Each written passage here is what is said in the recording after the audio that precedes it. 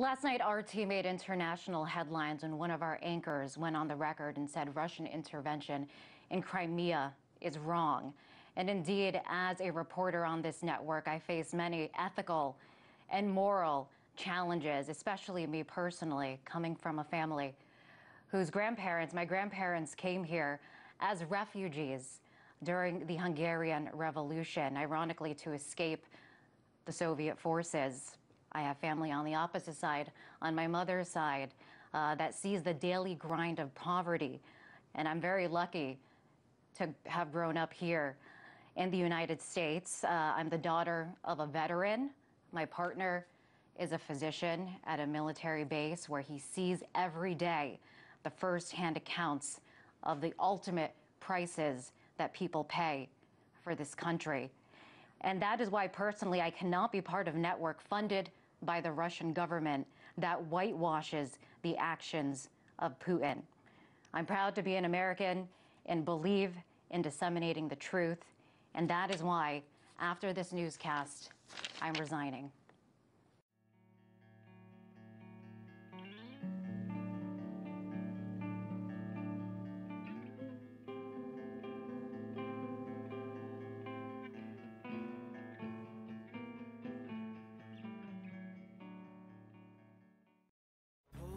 Curtains back, let's get some light in here.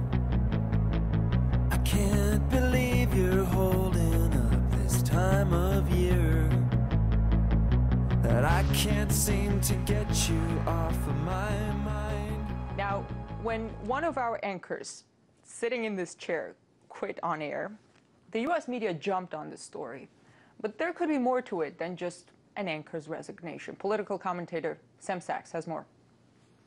RT has been in the spotlight recently since an anchor resigned 2 weeks ago here at the network.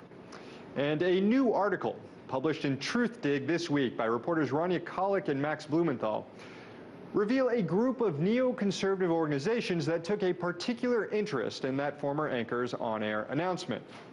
Enter the Foreign Policy Initiative, a think tank founded in 2009. As the organization notes in its mission statement, the United States and its democratic allies face many foreign policy challenges. They come from rising and resurgent powers, including China and Russia. Now here's a question. Why was the Foreign Policy Initiative's official Twitter account predicting that a former RT anchor was about to resign on air minutes before she actually did? There's the tweet right there. You can read it for yourself. No one at the initiative has cared to answer that question. But someone who might know is this guy, Jamie Kirchick, who just so happens to work at the Foreign Policy Initiative, and just like the initiative, he's obsessed with Russia, particularly this network, RT. He also secured the first interview with the former RT anchor just an hour after she resigned. Check out his bio over at the Daily Beast, where he writes. Notice he's done no reporting on anything else other than RT recently. He even stopped by the RT offices here in Washington, D.C. last week to say hello to everyone. So, hello, Jamie.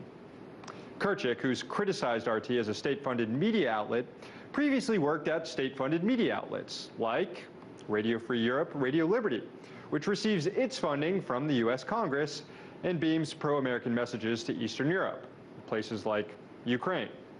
Kirchick's colleague at the Daily Beast, Eli Lake, has also devoted a lot of ink to fear-mongering about Russia and criticizing this network.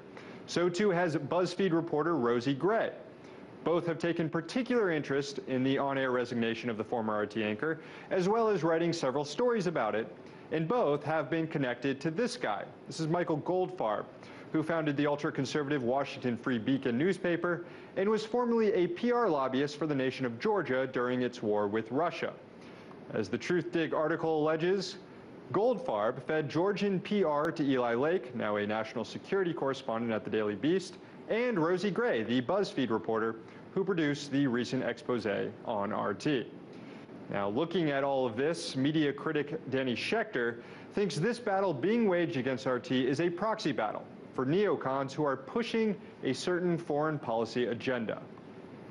This was actually planned and promoted and publicized to use RT in an argument that these people are having with the Obama administration. Namely, they want the Obama administration to be more aggressive. It's not clear what they want, but they want to be able to bash Obama for not doing any one of a number of things, which could include bombing Russia or whatever. Now, journalists are always told to dig deeper, that things aren't always as they seem. Maybe that's why it's so important in this case to question more. In Washington, D.C., Sam Sachs, RT.